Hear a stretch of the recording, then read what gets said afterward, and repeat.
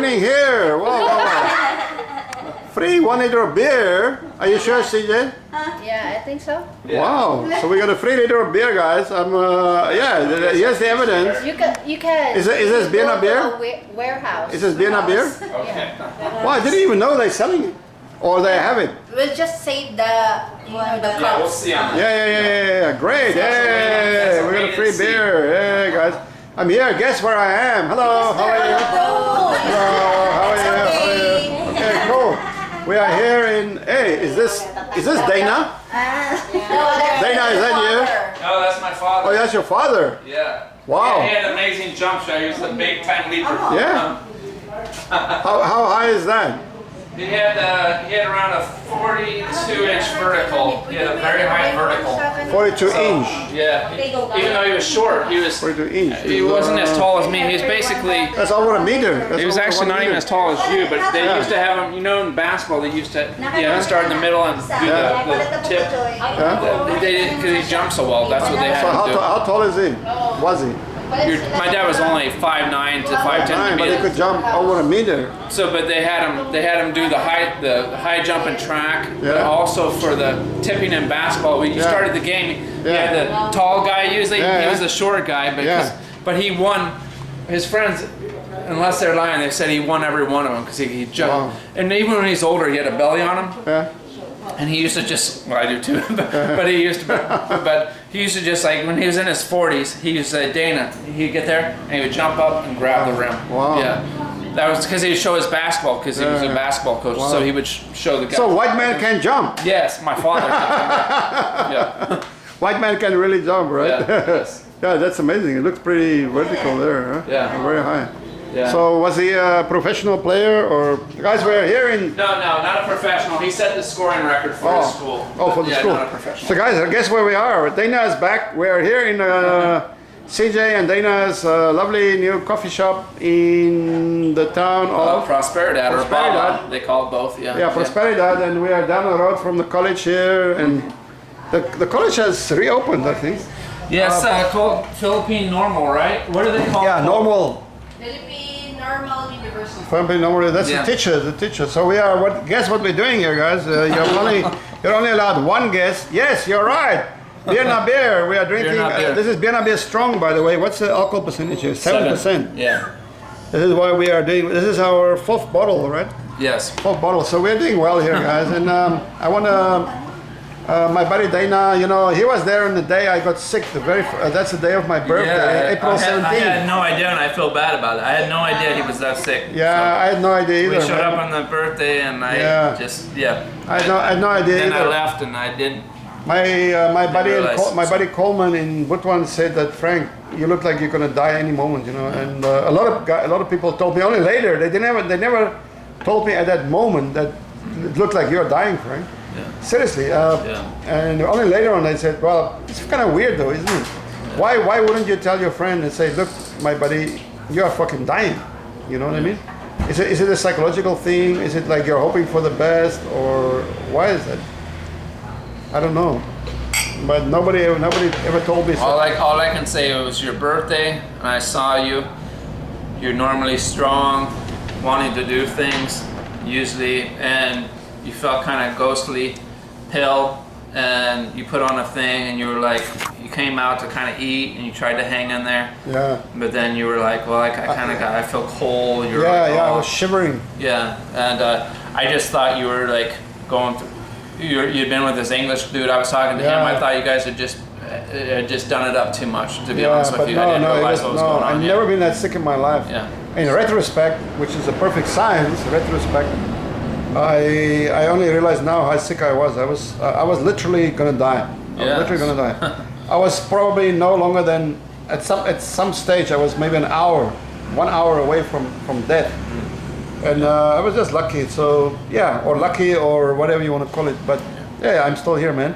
So let's talk about your little trip. You went back to Montana. Yeah, which is Montana's a cool place, but if you're out where I'm at, you're just out in the middle of nowhere.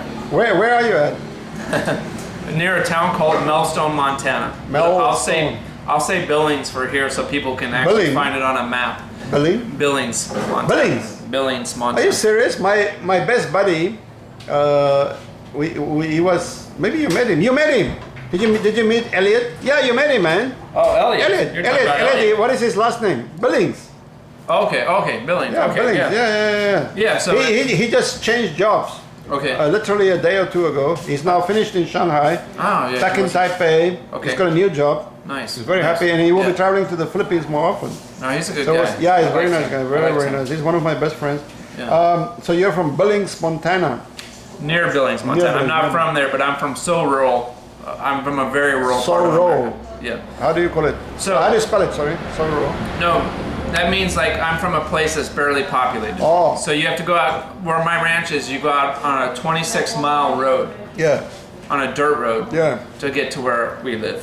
Okay. Cool. That sounds good. So you're really out there. We have elk, we have deer, antelope, fox, coyotes, Yeah. all sorts of wildlife. So Yeah. you're just kind of out there, and you're out like it's so peaceful. At night you hear nothing. Yeah. You just hear coyotes howling Yeah. for a while, and then that's over. Yeah. But it's, I don't know how to describe it. And the sky is so, they call it the Big Sky State. It's so Yeah. vast.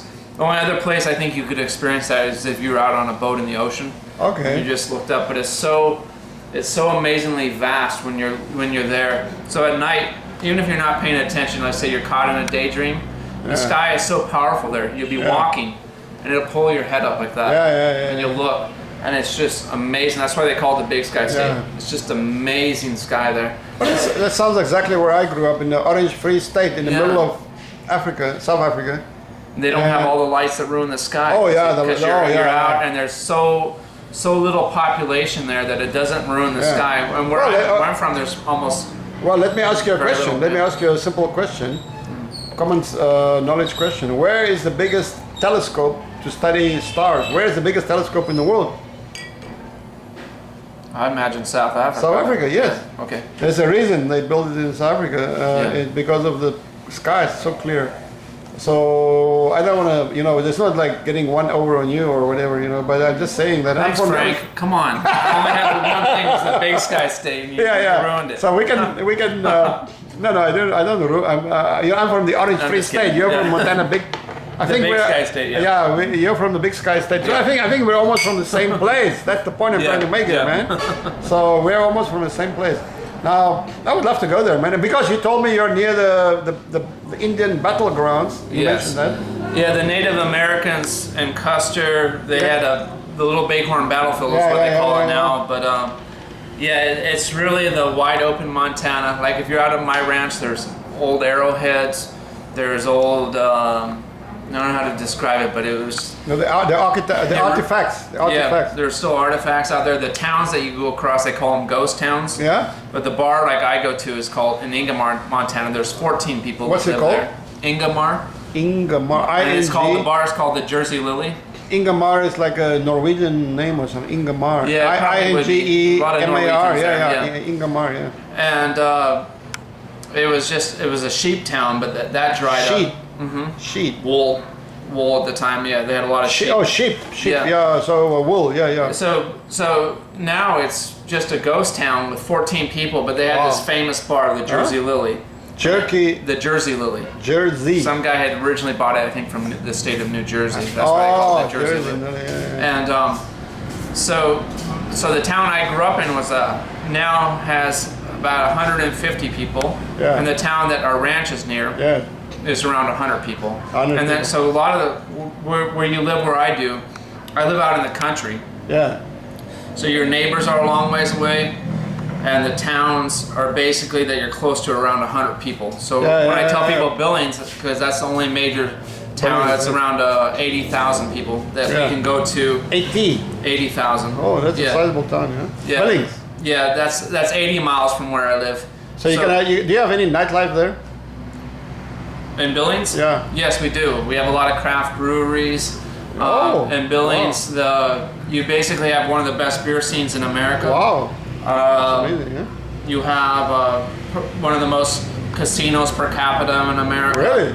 So it's a big gambling town. Oh, so you have a lot of casinos. It's a big. Is that legalized now all over America? You can have casinos anywhere? No, Montana is one of the biggest gambling states in America. Why is that?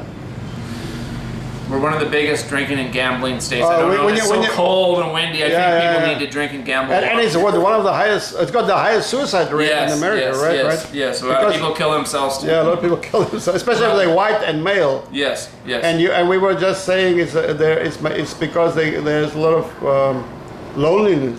I've dug a grave out where I live. I've dug in 2 graves for people out where I live killed themselves. Really? Yeah. Because the old Amazing. guys, I was young at the time, and they would start it, measure everything, and then they'd be like, they'd all sit back and conversate, and I'd be the one digging. Wow. Yeah, so a lot of So it's suicide. true. It's really true. Yeah, good-looking guys that had everything going. Yeah, they were yeah. still even young. I don't know. Yeah, I don't but know. because they never heard of the Philippines, man. Yeah, something went If they wrong. came here, they would be in paradise. Yeah. You know, yeah. Shame. It's a real shame, man. But a part of it, too, to be honest with you, is part of, like, I'm Norwegian. Part of it. Yeah, they I'm nap, part Irish. nap. I'm part Irish, English also, and a few other things. But I'm just saying. But part of the suicide thing comes from the Norwegians. They have a lot of Nordic. Yeah, cultures. they have this intrinsic moroseness. I don't know if that's the English word. Yeah, but- so there's a lot more suicide amongst. Yeah, Like I yeah. grew up with a lot Scandinavian. Yeah, I grew up. It was weird. Even if things were okay, sometimes I have suicidal Yeah, thoughts. yeah. Okay, let me ask you a funny, Yeah. a funny question this time. Not a general knowledge. Yeah. Don't worry. It's only funny. Thank you. Wow, this beer is amazing, guys. Vienna Beer Strong. By the way, let me just show these guys. Yeah. It's 7% 7%. alcohol, guys. I tell you, this beer is not bad at all. Vienna Beer Strong. Yeah. Because okay, what do you call extrovert and introvert, right? So what do you call in Finland, Scandinavia, Norway, Scandinavia, these countries? What is an extrovert Scandinavian? What's an extrovert one? Yeah. How would you describe? What is the definition of an extrovert Scandinavian? Well, someone that would maybe give you a hug, I guess. No, it's somebody. You got something on It is someone who is staring at your shoes instead of his own. Okay. With the head down, Yeah. and not looking, just like fucking pessimistic. You see, but instead of staring at his own shoes, he's actually staring at yours. He's an extrovert, right? Yes. Yeah. Does that ring a bell? So yeah, you have that bloodline as well in Montana, right? But We really do. That's the hard thing. so your last name is Knapp, K-N-A-P-P. But you know the way the original pronunciation is Knapp. We have 2 arguments. You Yeah. might be right on that. So we have 2 arguments in our family. So we have a thing from Suffolk, England that thinks that we were sheep herders that used to nap the wool. Ah, So you got your word nap. And then we have the other argument from our other ancestors that are saying we were from Germany. It was Knapp. Knapp. And so we have Sure. the two arguments coming together. I think we probably had a little bit of relatives from both, but I think the German side one is the winner. probably right on that one. Yeah. But we have McNills and we have Healy's when you go down further the line. So I have. Hey, Colin, are you gonna ignore the fucking K in your name? There's a big. Are you gonna say, okay, well, there's a big K there, but we have got nothing to do with that. It's gonna be Knapp? No, fuck that, man. If it's Nap, N-A-P, Nap, that it's got nothing to do with it. It's Knapp. Yeah, that's what they've told that's what I had a few of my cousins tell my father that it's German. Knapp. I would describe the word Knapp. Well, Knapp is actually if you have a literal translation from it's still a word in Afrikaans. It's a word. Yeah. It's a word that we use a lot. Yeah. It's a very common word. It's called Knapp. Hey, for example, I will say like, he's a Knapsian, or that means he's a very handy. You know what I mean? Yeah. Handy lad. That's a handy boy, right? Knapsian. Okay. Now, I would say knapsack, the knapsack, right? The knapsack is like something that is a utility bag. I would say the word in that line would be utility bag. But Knapp, if he's clever, he's handy, it's similar to that. It's almost a similar meaning, utility or handy, right? So I think originally maybe you're like a handyman. So Knapp. Yeah, I think that I actually agree with you with that. I Yeah. think that's where most of my relatives are pointing. That's the root. They feel like That's it's coming the from root. that. Yeah. Now most people in America are very mixed. I'm very mixed, so I'm part Irish. Oh. And I'm part different Well, things. that's why you like the beer. Huh? Yeah, I like to drink. Yeah, the McNeils and the Healy's were the fun part of our families that like to drink, whatever. The Scandinavians, they're really cool. Don't get me wrong with the Nordics, but they're very introverts. And, Yeah, very introvert, I even yeah. have that too, which doesn't always disserve you. Yeah. But yeah, it's so yeah, you get the mix there. With all Yeah, that, absolutely, absolutely. So you were back in the U.S. You just came back how many days ago? I got to Cebu on August 1st. Okay, cool. Yeah. So it's today is August 5th or 6th, I think. 6 or 7. Okay, you've Yeah. been back about a week. Yeah. So you've been gone for 3 months. 3 months, yeah. So give us your. Now you're back in Mindanao, obviously, and you came from Montana. How was your when you went back to Montana? Just in general, did you see any major differences from when you left last time, or politically, or financially, or economically? Yeah. Are there any major? Let me talk to you a little bit about that because it's kind of interesting. Like where I'm from is the most rural state, one of the most rural. Maybe Alaska is the more rural. It's one of the most rural places. Montana would be the most rural in the U.S. Maine, right? Yeah. Yeah. So the thing with where I'm from is have I seen a lot of changes? Yes, I have. In what way? So, boy, it's kind of like now my state. Okay, I'll go for America as a whole. Let me start with that. America as a whole is divided. Like it's very I don't know how to describe it, but when I grew up, America was kind of unified. Like, okay, Yeah. you were Republican or Democrat, but you kind of believed in less government or more state control or whatever. But it wasn't a big deal. Like you weren't that divided where you wanted to almost kill each other or anything like that. It was just like a small division. Yeah. You know what I mean? And you compromised, and from there, it was pretty good because the different ideas balanced each other out. You could compromise, yeah. Yeah, and it balanced each other out. Yeah. And then sometimes your ideas change, and you realize like, oh, well, maybe I'm actually more the other way. And what I would say now is it's not that. Like there's like a hatred towards a white man now there, which only probably 1% of white men ever had a slave in America, which is really weird. Who's hating who? Who is hating who? Hey, wait. Hey, ladies, where are you going? Oh, they're going out to the fire, guys. I mean, they're going to have a barbecue here. Let me show you. Oh, I see. They got a grill, man. A grill. Okay. I'm going to have to get some barbecue in a little while here. Hello. That's the motorbike of my French buddies over here, by the way. I came on this bike. We're here in, what do you call this place? What's the name of this place? Prosperidad. Yep. In Mindanao, and so cool, man. And so you feel there is hatred for the white man, or It wasn't when I was growing up. For now, it's like because a lot of people don't realize the history. They think that like I'm from poor immigrants, and I would say almost 98% of white men are from poor immigrants. yeah, Because you weren't making it in your country, and you couldn't the inherit Irish, land. the Norwegian, Yeah, you couldn't inherit land, Yeah. and so you came to America. yeah, But some rich people brought over slaves, and from there the media now there's this. but that was the backlash. southern parts of the U.S. Yes, was they were that. slavery, Yes. But my ancestors actually fought against slavery, yeah, and on the north side and all this, but there's still this weird backlash against white males, like that like somehow I had money, which I didn't, or I could choose what college I want. All these it's kind of strange. So there's some kind of strange thing going on there, and so white males feel like a little like they need to start pushing back now because like hey, like why are you? Because we're just poor guys trying to make it too. Yeah. Which is a strange dynamic. which is where the suicide yeah. thing comes in, right? Yeah, there's a weird dynamic there because white males are just trying to make it.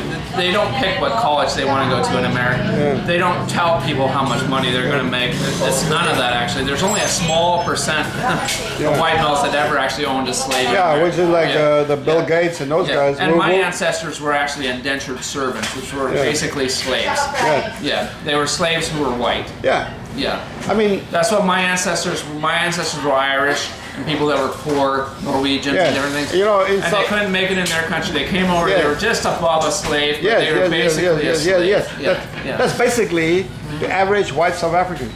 Yeah. And a lot of West Africans will say, no, that's because they got this ego thing going on. Yeah.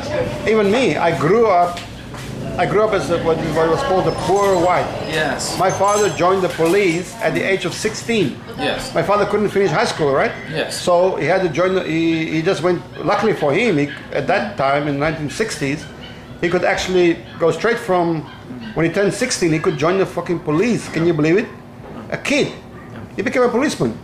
And the reason he gave up on the police was because he shot somebody, and then he received. He met my mother. My mother was 16 years old. 16 years old. Yeah. She gave birth to me when she was 17. And they met at 16. She gave birth when she was 17. Yeah. And he shot some kind of gangster or gang leader or whatever. Yeah. So he received a lot of death threats. And he, of course, he was a young wife and he just want to get. When I grew up, he was still in the police. I remember he came home, he had a gun, and I mean, but at the age of around, how old was I? I was probably around 5, 6. He left the police. But the point I'm trying to make is that we were poor, what was called poor whites. We were not farmers. Yeah. We didn't have land. We didn't own property. We were nothing. Even my ancestors, the property that we have, which is weird, because we have decent property in Montana, so people think like, oh, like you came from a family that had money. No, I came from poor ancestors that were in Oklahoma that were so broke. They did this Homestead Act in America. Yeah. Like anybody who was crazy enough to go live in a very cold, windy place Yeah. or whatever, and some place that no one else wanted to live, they could have some free land. Yes. Because no one else wanted to live out Yeah. there with Indians, with all the stuff that was going on. Bad and all the weather. different- Yes. So, So it was subsistence. yes. So that's actually how our family got land. Now, of course, down the road, land becomes worth something. So it seems like, or, like some of the people actually got land that had oil on it. So But people would think but they were, but no, they were sheep herders. Yeah, you had to They were cling things on. Like that. Yeah. Yeah, well, you were Yeah. clinging on forever. My ancestors were basically had to work in coal mines. They lived in tents part of the time because they didn't have enough money. They built these whatever freaking it was. Yeah. I mean, Yeah. I mean, it's nothing like what people think. Like my ancestors were running around with slaves. It was nothing like that. When people hear I'm from South Africa, you're the white guys from South Africa. Yeah, I had a bunch of You got slaves. rich on the backs of slaves. We're like, fuck off. My best friends were Yeah. black kids. I grew up Yeah. with black kids because the level between me and black kids were very thin. Yes. The other white people didn't want to be friends with me. I didn't have white friends. I had one single white friend. Yes. Up to this day, Dirkie, I don't know if Dirkie is watching. Dirkie, if you're watching, hey bro, but I had no white friends. They didn't want to be friends with me because we were poor and basically outcasts, right? Exactly. And my friends were the black kids. Yeah. Because we were still above them, right? Even as fucking badass poor as we were still a fraction, a little bit above them. Yeah. Because my father had a job. He was a policeman, and he fucking as a sergeant he gave up, and he went to the railroad. Yeah. The railroad, starting from scratch, and he worked his way up. Yeah. And he got into. When he joined the railroad, man, we were just one level above the lowest. One level. We didn't have TV. We didn't have car. That's normal in South Africa. Yeah. All white people have TVs, cars, and shit, right? We didn't have nothing. Yeah. I had to walk to school every fucking morning, a mile, and so I grew up hard, and I'm very thankful. I'm very thankful for that. It was the greatest thing that ever happened to me was growing up hard, chopping wood, making a fire before so my mother can cook the maize, the corn. Yeah. And we had our breakfast, and I walked to school, and that was great. I loved it. And you know what? People looking down on me, I was like, fuck you, man. I don't give a, you know how many fights I've been in my life in school? Because people would talk shit, I was like, fuck you, man. I will fuck you up. And I did. I never ever lost a fight. Even I was the smallest kid in the class because I was young. I went to school at 5. I joined the class, and when I got into my higher, when I was 16, I was in grade 9. Grade 10, we're gonna graduate, and in grade 9, I was the youngest by far. I had kids in my class that was 18, 19 years old. I was 16. Big boys. They were 6'6". they try to bully me, you know. And I had to fight like fucking like a cat. It was like a cat fighting a dog. Yeah. And I did. I would never back off, you know. And then everybody was like, yeah, they called me the Mad Dog. That was my nickname, Mad Dog, because I was so vicious, you know. So and then even the biggest kids were afraid of me. They were not afraid. I wouldn't say that. But they were careful. Frank's tough. Yeah, they knew, don't fuck with this crazy kid. It's a small kid. Even if his liver's all whatever. Yeah, no, that was in you don't high want to school. mess Man. with him. Nowadays, nobody wants to mess with me, thank God. But so those were the good old days. But hey, man, so how does it feel to be back in Mindanao? You know, it feels really good because I don't know how to describe like the. I don't know how best to describe it. I don't think she's watching it. The couple having a little drink there. So yeah, how does it feel? Just like a different vibe? No, it feels, it's a complete different vibe, and it feels good. You know what I really enjoy about the Philippines is getting into a different atmosphere. I actually really enjoy Filipinos. Like I enjoy the culture. Yeah. I enjoy the people. How about Mindanao? It's basically Mindanao, right? Because yeah, and I like Mindanao. I'm not like most people where I see it as some forbidden place that you can't go. I really enjoy it here, and to be honest with you, the people here I think I enjoy the people in the other different islands that are supposed to be so much better more than here or anything. It's kind of weird. It's sequel horror, and here are supposed to be forbidden places that you can't go here because, but it's not that. If you ever actually come here, it's really so much different than that. Yeah, it's not. And it's happening. People are very friendly, nice, happy. Lapai, happy here. Yeah. It really is that here. It is that here. Cool, man. That was a nice talk. We will follow this up with another talk. This was quite long already, I think. But hey, man, Dana, welcome back to paradise, dude. Yes. Welcome back to paradise. Salamat. Come back.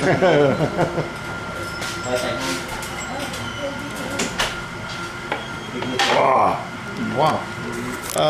Guys, I've just been talking to Dana, my best buddy. I'm very glad he's back here.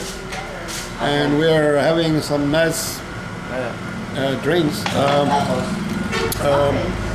So if you guys ever come to Prosperidad, Mindanao, this is the best coffee shop for sure.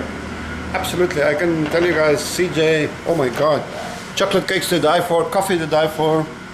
Now Dana is here, we have the beers, man. Maybe homebrew. Yeah, maybe homebrew, by the way. It could be that's going to be sell more of it than probably that's going to be probably sell more of it. That's going to be our next talk is about the homebrew beers because we are really waiting for them. So guys, if I'm going to do that. I'm going to do the homebrew. Yeah. But you'll probably sell more of it. No, we should do it. Yeah. And then so please subscribe, guys. If you haven't subscribed yet, do it now. Cheers.